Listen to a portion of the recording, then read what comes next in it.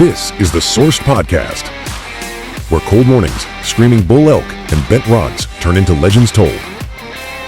Hosted by Nate Zielinski and brought to you by Jiffy Ice Fishing, we go beyond tags and trophies, into the grind, the heartbreak, and the moments that keep us coming back for more. If it bugles, if it bites, if it lives wild, it's Sourced. Lock in.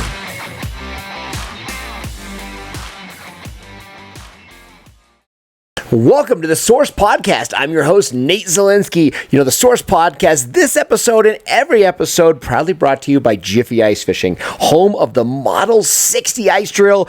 Super excited to go into this upcoming winter with that drill in our hand. But today's episode, something that I've been wanting to talk about for quite some time, right? When it comes down to everything that we do in the fishing world, it is all about those final moments to get that bite. When it comes down to that, having the perfect bait is what it all comes down to. I have got the man, the myth, the legend, Mr. Chris Seylar of Berkley Fishing as our guest today. We're going to talk about all things that make a fantastic bait that help us catch more fish. How you doing, Chris?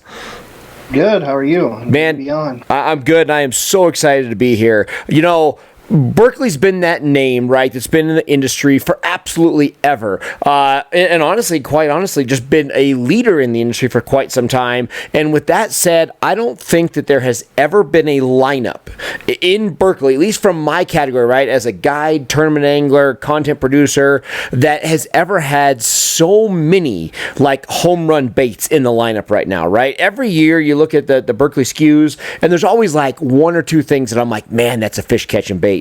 But I mean, right now, you look at the lineup, and I mean, literally, the deck of my boat is all Berkley because there's so many fantastic baits right now. It's a good time to be a part of it. It is. It's a very good time. We've been kind of hitting some home runs lately. I mean, it's all kind of started from back in the day up until now. But I mean, really, the last couple of years, we've been just adding more fuel to the fire and making more baits to catch some fish. You were dialed in with this. So before we get carried away and talk about it, this is going to be a great episode, but give me kind of a rundown. You know, again, Chris Seylar, what's your role at Berkley? You know, what's your title? Walk us through who you are at the company. Yeah, so I'm an assistant brand manager for Berkley, so we're all under the Pure Fishing umbrella, but I work on Berkley Baits on the core side, so that's the panfish, trout, walleye, anything not bass or saltwater, basically.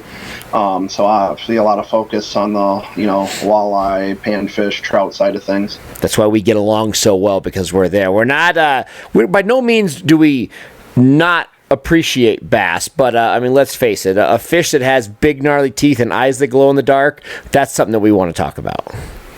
Yeah, bass are, I mean, I'm going to take one from one of our bait designers, but they're one of the easiest fish to catch. Exactly. We'll just make sure we protect ourselves on that one, but let's just face it, it is what it is. So, all right, as we dig into it, you know, you and I have worked on a lot of projects, you know, in the last couple of years, been a part of some cool things, but with the current lineup of baits, right? I mean, you look at some of the hot ones, right? A couple of years ago, you know, launched the Hit Stick, and literally what an amazing bait. And then as we've really developed Forward Facing Sonar, right, and everything's kind of going down to this where by no means are we stopping trolling, and none of the techniques that we've done forever, not that they don't produce fish, we've just evolved a little bit, and we're starting to change some techniques. But when you have specific baits, something like a finisher, a rip fish, a stunner jerk bait, we have some baits now that are a little more in tune to like the forward facing, and I tell you what, we're catching a lot of fish. But in the SKUs of baits, right, of hard baits, especially along the lines of the crankbaits, reaction baits, things like that, what makes a great bait? That's my first question that I really wanted to dig into. Like, as somebody that is involved in the engineering, the makeup of the baits, like, what do you guys, like, they're catching more fish than a lot of other brands out there. Why is that? Why is a particular bait better than others? Yeah, so I'll start out, I'll kind of do it two separate ways, you know, kind of your trolling and your forward-facing. The trolling baits are all about action, action, action, you know, colors being, you know, running true, being tuned, Dan Spangler, our hard bait designer, spends hours upon hours. I mean, he's got some baits that he has 80, 90 something prototypes on to get it just how he wants it. That's awesome. He'll slow it down, analyze it, but it's really about action, and then us going out and having guys like you and the Corey Springles, the Keith Cabayas, the Gary Parsons go out and fish it and test it against competitors to do that. So we do kind of the science and that background of it, and then also bring it back to, okay, it looks, scientifically to be right. Now, what do the fish think? Yep. So then we do that. Now, the forward facing, that's a little bit different. It's all about, mostly getting the reaction strikes. For us, we've been winning with baits that are, they're not one trick ponies. They do multiple things, like, I know you love the rip fish, that Yep. bait, you can work it like a lipless bait. You can, kind of hop it back and forth like, say, a finisher or a glide bait. We can straight reel it. Finisher, you can do anything from a big, rip to a small little twitch, things of that sort. Stunner, you can work, 15 different ways on the same cast to get that fish to go. So, for us, a lot of the forward-facing ones are more, being able to change your cadence to. We've never been in a situation before where we can visually see the fish and make them react. So if they don't like it, you can change something up. So Yep. That's what all our baits are doing lately.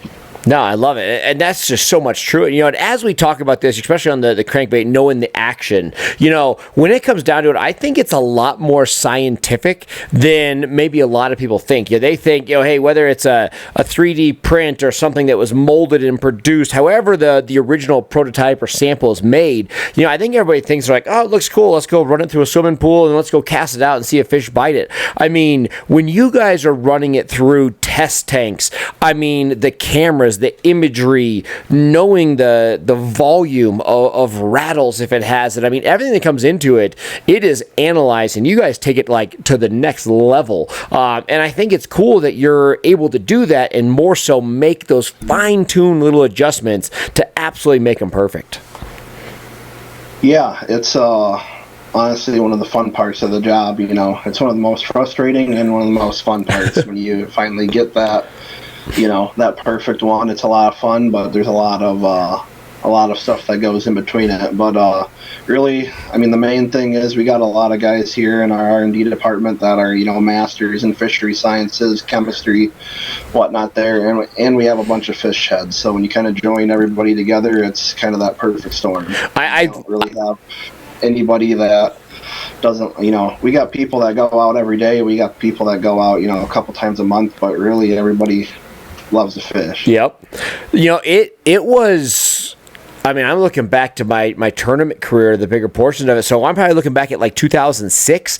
I remember visiting, down at Spirit Lake, and I remember going into like the test center, right, and working with the team. And you nailed it on the head, right, when you said that, right? When you talk about like literally like scientists, I mean, lab coat guys that know everything, and then you take a fisherman, and I'm in there, and we were talking about scent and really digesting like, what can a fish actually smell. And I remember when you guys were zooming in on like literally like molecules of scent going into a fish and how they absorb and all this stuff. And I remember like looking at things that I was like, this is in my head always been a deterrent, and some things didn't matter and some things did matter, but you do the job of literally combining. And I think a lot of brands might miss that, to where they might have, the scientists, but maybe not work with the anglers, or all anglers, not the scientists. You guys have that perfect blend, and I think that's what it takes to make the baits that you have now.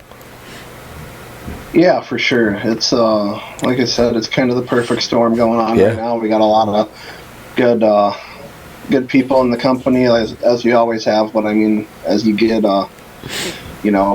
farther and farther down the line into these new products, having people that like to fish several different ways is always important to be able to go out and do it. And we're lucky that we got the Iowa Great Lakes in our backyard to go play around with. We got anything from clear deep water to shallow muddy water, so we can test baits in a lot of different climates and different water quality Okay, so as we go through this, I want to talk about each of the baits individually because I think they're so important, especially in today's market and kind of the current trends. But the first thing, coming from your side of things, right, being involved on everything from R&D to the sales and working with your pro team, you have access to so I guess rewind. We do these, walleye discussions, walleye panels, where you pull the team together and we all talk. And when I look at the list of like the walleye category, right?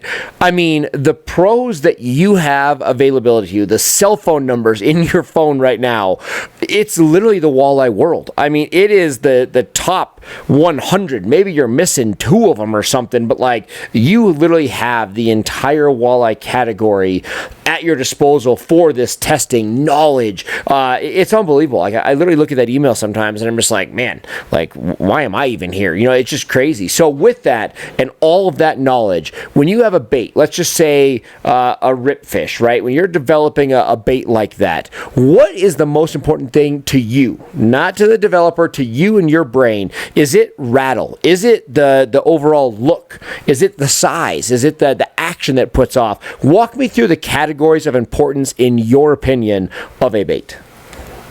So, like for me, being on the brand side, we're more of the, the marketing and whatnot. So, hitting a trend is obviously number one. Or catching that trend on the front part, with like the finisher and the forward facing or rip fish and whatnot. They're hitting that trend is kind of the important thing, but it's also looks, how it presents itself.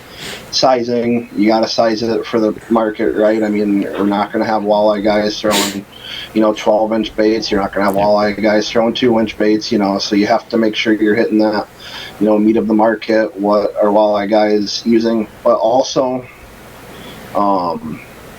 we have to kind of look out for what's good for the general public. Yep. Or what's good for the pros, because there's kind of a difference there. Oh, absolutely. A lot of times, what the pros want isn't necessarily what the market wants, and vice versa.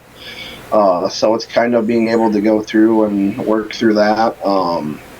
But yeah, like you said, we have some of the best walleye fishermen in the world, won a lot of money. We just added Austin Tomasek. You won that first event on Lake Erie. Yep. We added Jake Kahi a couple years ago. He's been on nothing but a tear. And, you got guys like, Corey, Tommy Kimos, Gary, all those next bite guys and whatnot that are, John Hoyer. We got a lot of names, so it's a lot of fun to be able to pick those guys' brain, give them a call on absolutely. Why, this bait does this. That is very, very big for us to be able to send out baits, and you're going to get a different thought process from Corey as you're going to get from John, as you're going to get from Jake, Yep. So being able to kind of put that all together helps us kind of go out and do our thing to the best of our abilities. And I think that's what's cool. I mean, you look at like even regionally, right? You have guys out west by me, so we're in Colorado, which our reservoir bites are, very unique. Then you have the Dakotas. In the Dakotas, you have everything from the natural lakes to, the big rivers, acting as a reservoir. Then the Great Lakes to the Minnesota guy. So, I mean, you do it. And all these fisheries, especially on the walleye side, they all fish so different. And that's where when you have a bait, very rarely do you launch a bait to a small region. You're trying to launch a bait nationally, so you have to have one that kind of fits in that. And that's where I think, to me, it's so impressive to find that bait, because I mean, you look at, there's certain things and tactics, even baits call it, on the market that only work on the Great Lakes, or only work more on natural lakes, or only are developed for a current situation. And having a bait that can perform in all those situations is a very big deal, and that's where I think you've hit the head on a handful of these baits for sure. Yeah, I mean, for example, finisher. There's been, besides maybe a jig and crawler, there's not too many hotter baits in the walleye world than, a finisher is right now. That works. I know that works great for you and Owen out west. It works very good for my guys out Great Lakes, out east, and everywhere in between. So us having that panel of, our pros are probably around 40-ish, but we got other key opinion leaders and stuff to be able to combine all that information is, kind of what helps us kind of decide or, get different prototypes and get that one that goes to market. That works. I mean, that's it. So I want to talk about some of the leading baits, especially, this is coming from my opinion, right? So again, finisher, rip fish, stunner, those are the baits that I'm probably throwing the most commonly right now. I'm getting ready to come up on kind of my meat season where I'll be throwing the roller, but on the rip fish, finisher, and like stunner, that's my current bait right now. So, I mean, the amount of walleye that we're putting up right now on those baits is just insane. And it's a combination of everything, right? Like, I mean, I think number one, they are just absolutely producing baits, right? The stunner, it has the right motion. It's easy for me to get to turn broadside after my twitch, has just the right amount of volume. Everything about it's good, comes in the colors that I need. So it's a bait that does well. I don't blow out when overworking it. So it's a bait that performs. But then you have baits, particularly like the finisher and rip fish, where they're kind of in a category all by themselves, right? So when we're talking about the big walleye season that I'm on, this is a bite that's probably been around my entire career, but until we had the forward-facing sonar to really find these fish, locate these fish, and put a bait on their face, we just didn't know these bites existed. The fish have always been there. I'm sure this bite's always existed. We just didn't have a way to pull it off. And now that we do, having a bait that we can put in a fish's face and somewhat hold it there is literally everything, right? It's the way that we're running it. So we're now literally just driving around hunting fish. I mean, back in a guide trip, we got on the water and we immediately started fishing. Nowadays, I tell guys, I'm like, hey, like, we might not cast for the first hour. We're just going to drive around looking for fish. And it's changed the way we do things. But once you find them, you have to hold it in their face. And in that category, there's really nobody else out there designing a bait quite like a finisher or a rip fish to just absolutely kind of be the bread and butter of that forward-facing technique, to put it right in their face and kind of hold it there. And that's what I think is so cool about it. Now, with that mindset, did you develop the bait and then the sonar came with it, or was it very focused on we have to have baits for forward-facing when you guys developed those two? Those two, I would say, are more because of forward-facing coming out and anglers wanting the ability to do that. There's been a lot of baits throughout the years that flop or do well just based on they didn't hit their trend right or timing right. But with it kind of exploding, we knew that was a place in the market that we needed to take advantage of. Also making them like a good complement to each other. The finishers, silent, flashy, darty, or that rip fish is more of a wider, tighter little wobble there. You got the vibration, the loud rattles. So kind of putting them, together, kind of a 1-2 punch, giving anglers an option to grab a different rod, throw back at that same fish, try to get a different reaction. It's more and more today, like you said, about getting that reaction, getting that strike, or turning that reaction into a bite. I mean, for example, how many times, it's almost never been more frustrating to look at your live scopes screen and, see fish after fish follow you. Yep. But now you're also able to try different baits on that same fish and get them to react. So being able to kind of break that down and go by a fish basis and, change it up and catch them has really became kind of the name of the game. I mean, trolling's always going to have its place and its time, and that's never going to go away, especially in different markets. But there's not much more fun than a walleye coming up and going uncorked on a finisher, fish, or stunner. I mean, that's just it. That's exactly what it comes down to. So I want to break these baits down just for everybody that might be watching. It's like, hey, I've never heard of this or whatever. So let's start with the finisher, because again, in my opinion, that's going to be the most kind of subtle of them. Walk everybody through what the finisher is from your perspective. Sizes, colors, like what's it available, and walk us through what the finisher is to you. And then I'm going to throw my kind of perspective of when I'm using that bait or that kind of thing. Yeah, so the finisher, we started out in kind of the sizes of 5, 7, and 9, and then we just added last year a size 4 for, crappies, finesse walleye stuff, and then 10 for a lot of the deep water reservoir, Great Lakes things. It's definitely a walleye, glide bait reaction style, sink down, get down to your fish quick, but be able to kind of hover it, keep it above them, dart it up, and get them to chase and then be able to pull it away. But you can also, kind of twitch it, do that little almost jig head minnow kind of thing guys are doing with plastics, and the same cast. So being able to that's where the finisher's been, kind of hitting its home run, is the ability to, have it working, inches and also feet on that same cast. That's exactly, I'd say, the best thing about it. So in my head, right, so when I have these fish that I'm targeting, driving around looking for them with forward facing sonar, when I find that fish, in my perspective, the amount of times in my life, right, but more importantly even with forward facing, when you find the fish, right, you see that 30-inch walleye down there, and that fish is like 15 below the surface, 20 foot below the surface, and in your head you're like, that's a jerkbait fish if I could just get a jerkbait down to him. And the amount of times that we have wanted that in our lives, right? Even in the fall, right? When we used to throw all the blade baits and reaction baits and glide baits, right? I mean, that bite's been going for a million years. And the amount of times where you're like, dude, if I could get a jerkbait down 30 foot and get a reaction, then kind of hold it there, I'd catch every one of these. And that's what the finisher is. I can take that bigger, that size 10. So I'm taking a jerkbait profiled bait, and I can cast it out, and more importantly, like, it sinks, right? It's like when you find them on forward facing, you cast it out, it's not like this slow fall and they're 10 foot away by the time it gets to them. It drops down to them, but then exactly that, I can do almost a pull with my rod tip. I can kind of do a forward, and I can lurch the bait forward. I can do a very high sweep and get it to come up, so I can really work the bait in a lot of fashions, whether I want it to travel forward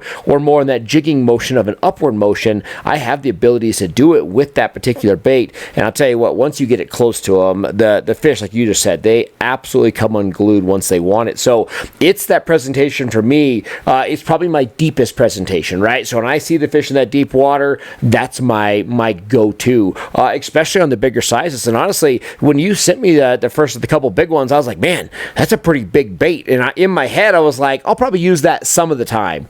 I would say right now, 90% of the time that I'm throwing a finisher, I'm throwing the biggest one out there, just simply for the fact that again, once I kind of built the confidence with that, it gets to their face, and the fish love it.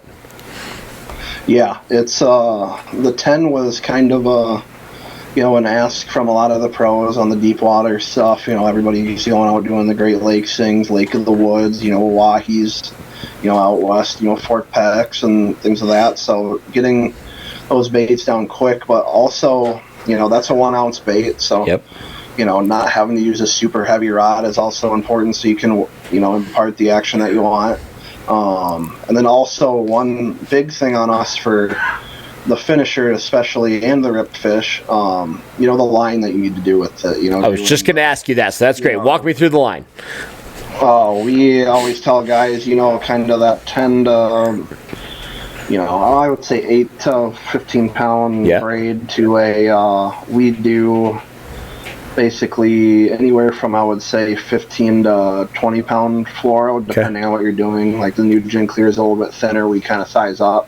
But if you're doing kind of that like 100% fluorocarbon, that 15 pound, it creates a drag that allows it to kind of pop and hover. Yep. But also limits your tangling. So we had a lot of feedback from guys, if you tied it just straight to braid, you'd get some tangling issues. If you just had to do with kind of that bow in the line, which is one of those things we get to test and have fun with in our lab, where we can go figure that out and go out and tell guys like you and tell our pros to go, hit home and, inform people about this if they're having that problem. Absolutely. And so talking line, for all the viewers out there, this is one of the things that I will honestly say I have not considered in the past 18 months, right, with my forward facing. On most of my reaction baits for walleye, jerk baits, all that, I'm almost always throwing like a 15 pound braid, right? 15 pound braid with a 10, 12 pound fluorocarbon leader. And that's like my go-to setup, whether I'm throwing a rip fish finisher or the stun, like that's just kind of my go-to deal.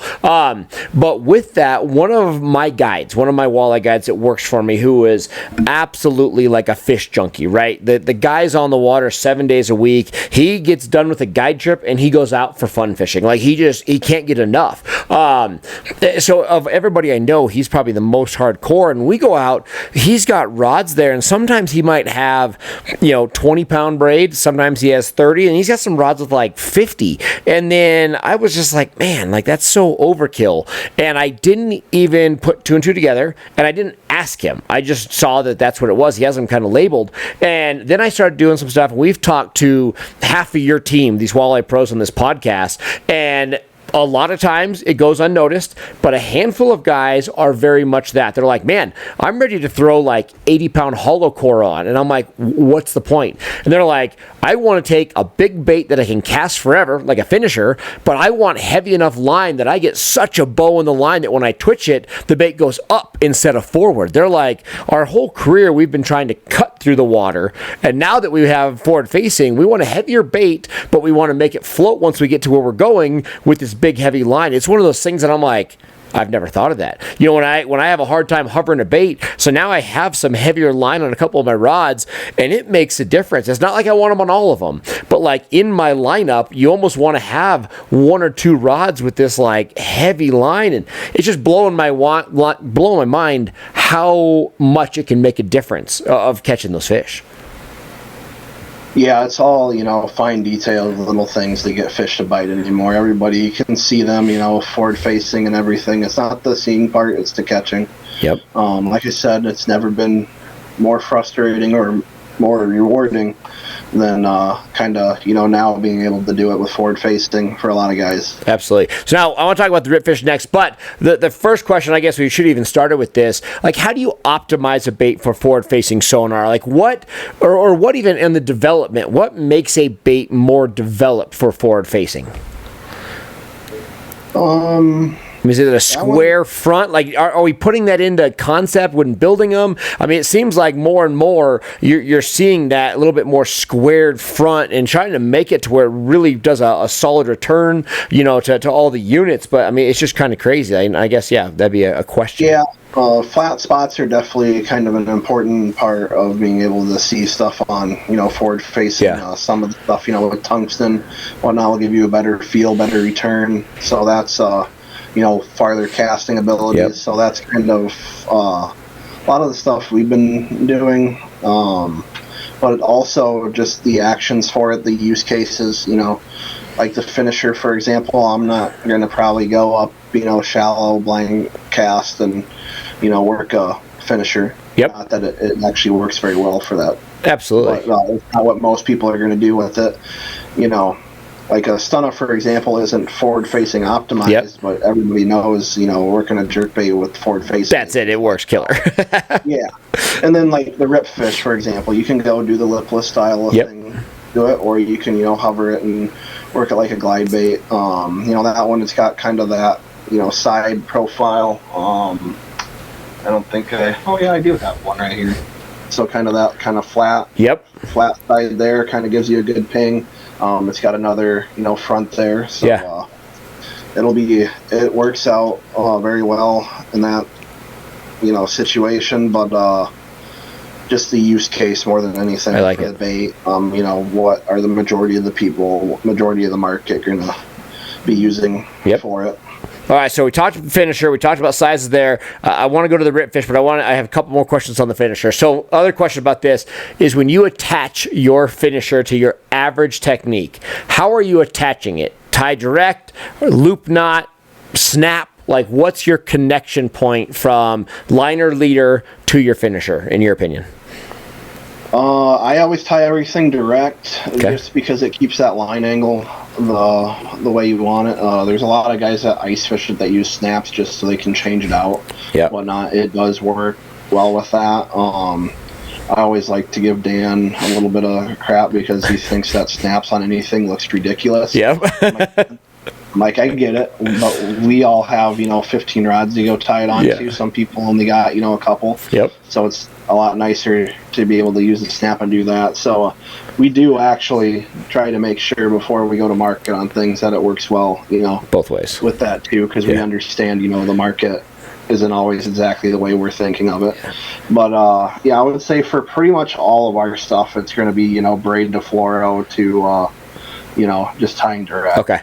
I love that. So me personally, I would say my finisher, I'm almost always in that deeper water scenario, same type thing. I'm not necessarily looking for the most action. I don't want, crazy vibration. So a lot of times I tie direct on my finisher. Now, we're going to talk about the rip fish in a minute because I got one more question on the finisher, but rip fish is opposite. I put a snap on my rip fish because I feel like I get more rattle. I optimize the action and more the reaction of that bait with a snap. So my rip fish, I am putting a snap on, but on my finisher, I'm tying direct. And I feel like those little things definitely help me produce more fish at the end of the day. But the finisher, we've been talking walleye. I don't want to neglect the trout and definitely the panfish. On the finisher, what is the smallest size? Like, do you have one in your office sitting there? Or hold up your hand, roughly speaking, like, give me a rough idea of how small that small finisher is. Because I think this is a bait, right? The finisher and the rip fish are getting a lot of press, but nobody understands that small finisher. So you see that right there. When it comes to catching perch, bluegill, and crappie, I would say never in my life have I ever chose anything outside of like jig and minnow, hook and minnow, right? Like that's been my go-to bait. And this is the first time in my career last winter where literally if I came on panfish, again, this is crappie, perch, and the bluegill family, almost always I was dropping that small finisher, and it's unbelievable the fish that I was catching. It's heavy enough where I can pound bottom in mud and kick up to sterns and still lift it up. I can work the bait suspended. It is literally a panfish machine. It catches a ton of trout, and this is the first time in my career I've seen a bait that's like a walleye bait and a panfish bait, and it's the same bait, same type thing. And I don't think that smaller version of that finisher gets enough credit. Yeah, that is one of the things that when we came to market with that 4 and 10, we saw the other use cases, coming on. Yes, it was developed, for, the walleye stuff, and, the 5 was a good, bigger crappie bait, whatnot. But we saw the fact that, the 10 could go after your lake trout, your salmon, your deep water things, your big walleyes. And on the flip side, the 4, you got hit so much on that 5 that we were like, if we make a smaller version, this thing's going to be bonkers for big bluegills and crappies and trout and everything. I was just out in the Sierras end of April, and we were blind casting finishers, catching rainbows, browns, and stuff. Go look at Dan's Facebook, and you'll see how many bluegills over a pound. It's crazy. I'm telling you, it is flat out. It's a bait that you'll see little tidbits here and there, but by no means I would say is the market or the industry talking about that bait in those regards. And I'll tell you what, it is impressive. Yeah, sure. I picked up a lot of steam and ice this winter too. With that smaller size. So that's been another market that it kind of came and unlocked. That bait's just continuing to keep killing. Yeah. I mean, it's one of those baits that almost everybody's got tied on, whether they want to tell you or not. That's it. Exactly. That's the best way to put it. Perfect. All right. As we jump over into the rip fish, I want to start talking about the rip fish because, again, of all the baits, that's probably my go-to the most, right? If there's one bait that I had to pick of the whole lineup, I'm probably taking the rip fish more than anything. So rip fish is going to be similar to the finisher, right? It's a reaction bait, a forward-facing bait to where you're casting it glide style, but you're going to have the availability of a little wider profile, so a little up and down taller profile, and you're going to have rattle. So now all of a sudden you're hitting the fish with a visibility aspect, right? So they visually see the bait, they like it. You have a ton of movement on the bait, which is moving water, hitting lateral line, and then obviously you have rattle. So now, literally from start to finish, you have a reaction of the fish that hits all the senses. And that's one of those things that I'm always all about, because it's like, hey, you never know. Are they visually feeding? Are they, do they need to feel it? Do they need to see it? Whatever. And that bait is one of those ones that hits absolutely everything. It falls through the water maybe just a hair slower than the finisher, but I tell you what, it hits all of the boxes, comes in a variety of sizes, and right now, the amount of fish, the big walleyes that we have caught on that bait, in my career, my 26-year career, I've never seen a bait catch so many of these fish. So in the retrospect of when I'm using it, right, when we have walleye in we're in suspended waters, deeper water, when those walleyes are in like the top 8-10 feet, I'm almost always throwing that stunner, jerk bait, right above them, hoping they're going to come up. Sometimes they do, sometimes they don't, but it's like, I run it like a musky bait on a follow-up bait, right? So on my deck of my boat, I have the stunner in my hand, and I'll tell you what, right there next to me is a ripfish. If that fish doesn't immediately react to the stunner, I mean, that bait's gone and the ripfish is out, and almost always that's the bait they take. And then it's nice, though, because if I see that fish in that 10, 12, 15 foot of water, 20 foot of water, I have a bait that can work to them. So it's one of those things that I can work it high in the water column, I can work it down, I can cast it and work it back at like lipless crank. So it offers such a variety, but just hit it. And when you first sent it to me and you rattle it, I'm like, man, this is going to be a good bait. We're obviously targeting walleye with it when in my main focus of the bait, but Lakers. I mean, I sent you pictures. We got 40-inch Lakers on it. We're catching huge pike. Trout won't leave it alone. Again, it's another bait that is an all species concept that you have to have with you. But again, there's nothing on the market like it. I mean, you took a lipless crank, you took a jerk bait, you took a glide bait, and you morphed them all together to create what is the ripfish. So walk everybody through your perspective as a brand manager, what the ripfish is, sizes, colors, that kind of thing. Yeah, so we kind of call it internally if a Berkley Jack and a Berkley Finisher had a baby. That's the best way to put it. It's kind of the way we explain it. Yep. Giving you that minnow style, lipless. There's not a lot of. You think of a lipless bait, everything's shad shaped. So yep. Giving it kind of a minnow profile was key. Just another different thing you can throw at them, a different profile. The rattles, I mean, it makes a ton of noise, activates that. We all know, from, flicker shads, flicker minnows, things of that sort, that rattles can play a, big key some days. Some days it's the thing, some days it's not, but that's why we make baits that have both. Yep. So, that one, two sizes, a 7 and a 9. So you get kind of your 7's more of a smaller, I would say like inland lake, shallower lake style of bait, where the 9 tends to get your deeper water, your bigger profile bait fish. And what do those weigh? What's the 7 and 9 weigh? I will tell you. Threw you on the spot right there. I know the top of my head, but the 7 is 3/8 of an ounce. Okay. And the 9 is 3/4 of an ounce. Perfect. That's what I was thinking they are. So I think they're quite a bit different in weight for the size difference. It's so nice because you have both options there to throw at them. And the biggest thing for me is where your connection point is. So if you hold that up for the camera, but your connection point, where on the finisher, your connection point's a hair more forward, allowing you to do that upward motion. Right there, you're not centered like some of the glide baits. You're just at that perfect point to where I can roll that bait up and I can swim it like that lipless, but in a vertical presentation, it's not too nose heavy. So it's literally absolutely perfect to where that bait, we do as much vertical jigging with it as we do casting it. But I've had situations just this year, in the last week, where I have casted that bait into 5-6 feet of water and jigged it almost like I would a plastic, right? Hit bottom, stroke it up a foot, hit bottom, stroke it up a foot, and I've had it in 35 feet of water straight below my boat in a vertical sense where I'm just barely twitching it and I can still get those rattles to go, and the bait performs. And again, that's one of those things that a lot of times you hit struggle points with certain baits, especially if you have that eyelet too far back. It's hard to get it to roll the right direction in that shallow water pitch, and this is where this bait is just absolutely nailing it. So love to see that concept with that bait. I think that's what makes it so versatile in these situations where it's hitting the fishes by all their senses, and it is catching some fish. I think the other thing is, too, with a lot of our forward-facing baits and whatnot, colorways. I mean, we don't short out colorways. We make, anything from a very supernatural, shiner, shad, perch profile to your, or walleye fishermen. We have some pretty crazy colors. And everybody likes some pretty crazy colors and some of that dirty water.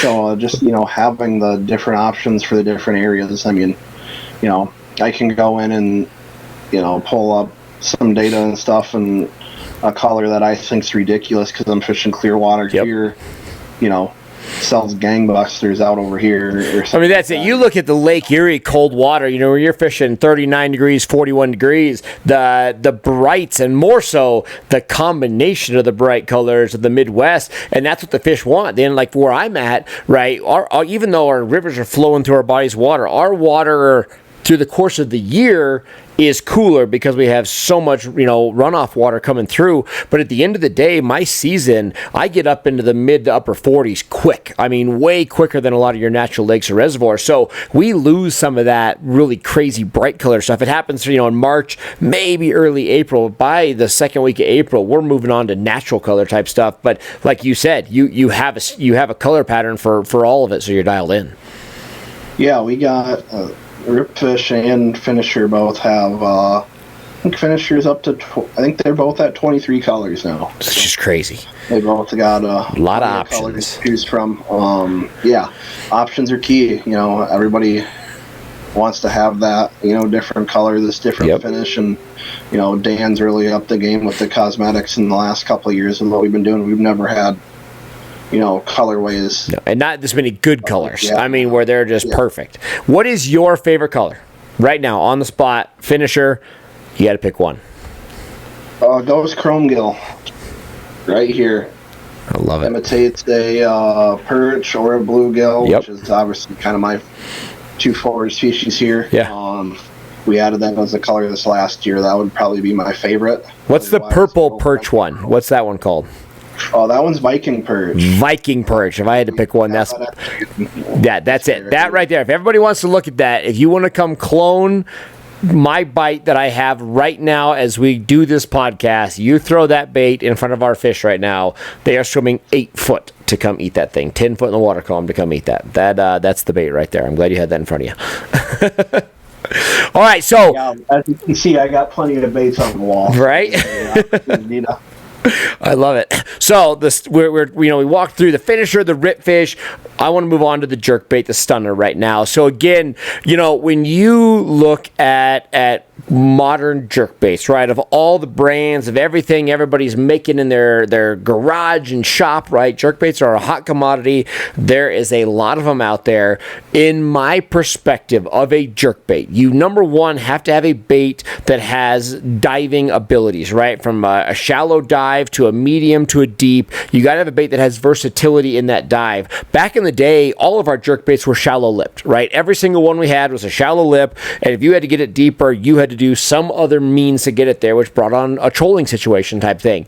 Now we have castability at baits that go a little bit deeper, bigger lips, things like that. So it is nice to see a bigger profile, deeper lip bait that we can get to a little bit of depth to target these bigger fish. But a jerkbait, one, it has to cast, right? You have to have a bait that aerodynamically can be casted. That's like a hot topic. Number two, immediately dive upon retrieval, right? You want that bait to get down to depth to where you are in the strike zone for these fish. So we love to see a bait that gets down to the strike zone. And then most importantly, you got to carry rattle on that twitch, and then you want to see how the bait recovers from the twitch. And this is probably my biggest thing of my talking point. Great buddy of mine years and years ago, world champ Bobby Blosser. I was the weakest walleye jerkbait fisherman in the world. I didn't do it. And we had a little fish off live on Facebook, and he literally taught me how to work a jerkbait, live on camera. And since then, I have dedicated my career to becoming a good jerkbait fisherman. Now I'm dialed in on it. But with that, you watch anglers that literally jerk a rod, they jerk a jerkbait, line stays tight, the bait twitches and stays there. But when you adapt your ability to where you can work a bait and literally throw some slack back, give that bait room to move, if you can get that bait to dive and jerk and then roll broadside to the fish, your takes, the amount of time that the fish eats the bait goes up 100% when you turn a bait sideways. And that's where I think particularly the Stunner is doing so well as a bait, because literally no matter how you work it, 1 twitch, 3 twitch, you reel it, if you stop and give the bait just a hint of slack, that bait just absolutely rolls to the side so perfectly, where when you're a walleye, when you're a pike, when you're a bass, and you're following that bait, you see that movement, and that bait turns broadside, it is their hunting predatory instinct that, hey, that is my target, I need to eat it.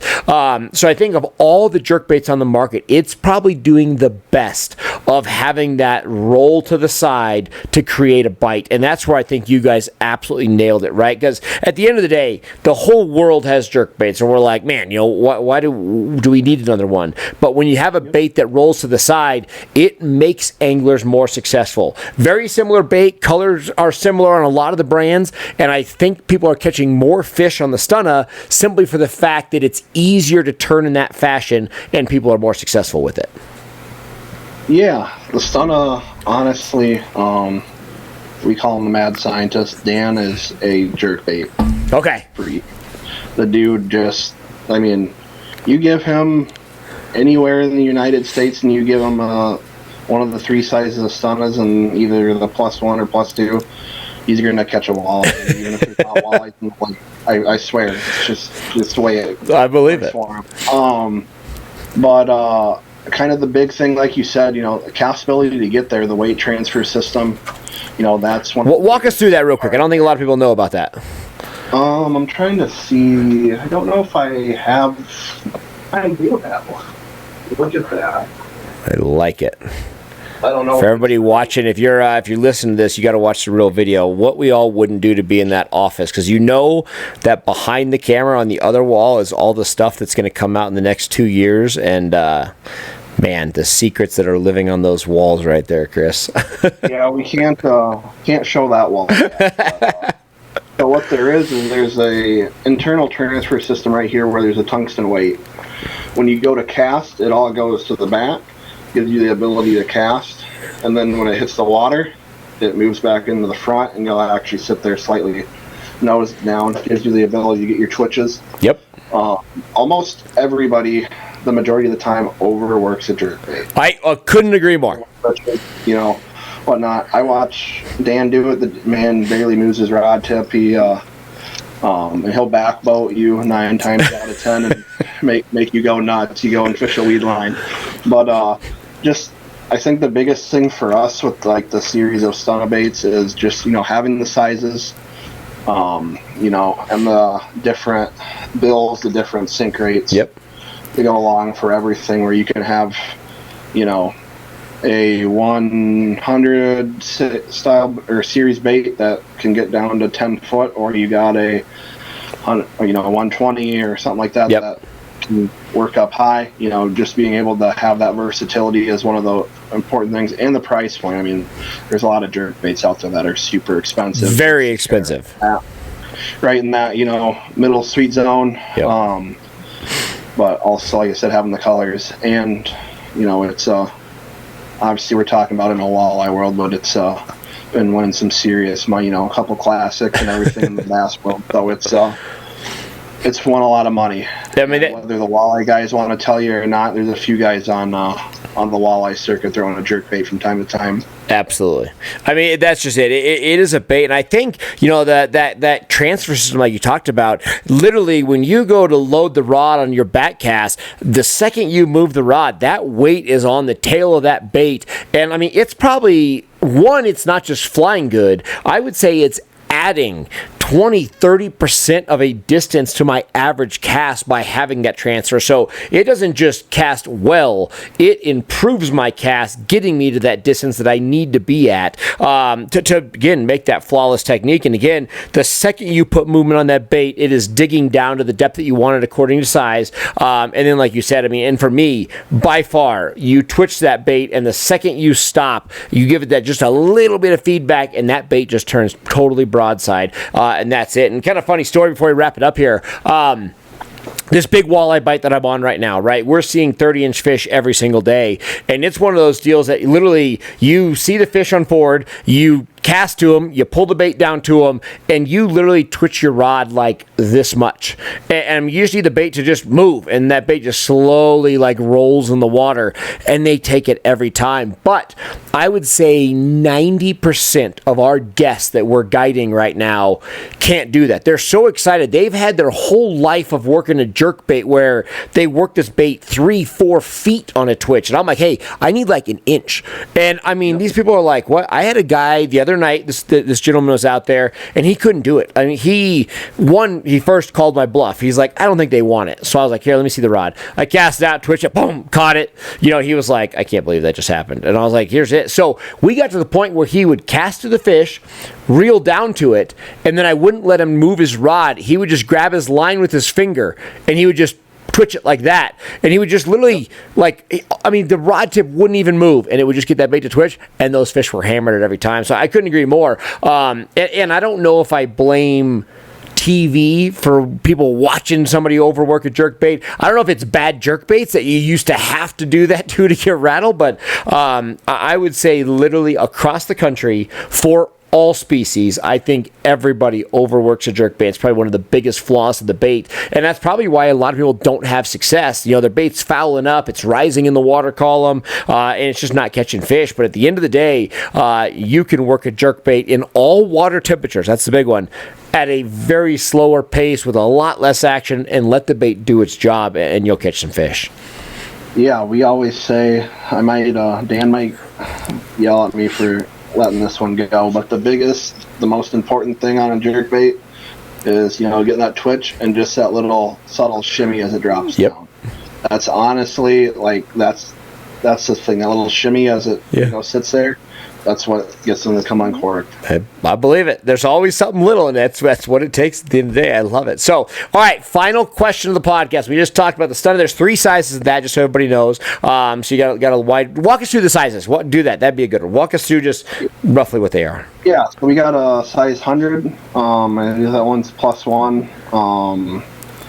And then we have a 112 and a +1 and a +2. So it gives you different dive depths. And then a 120. I can't remember if it's a 120 or 126. Yep. It's my bad not being the bass guy here. You're good. But that one also comes in a +1 and a +2. Yep. Perfect. So that's it. Wide variety of sizes, and more importantly, far more important, I'd say, than the size, is that dive curve, the pluses to get you down to the depth that you're going for. So it's awesome there. All right, final question for you.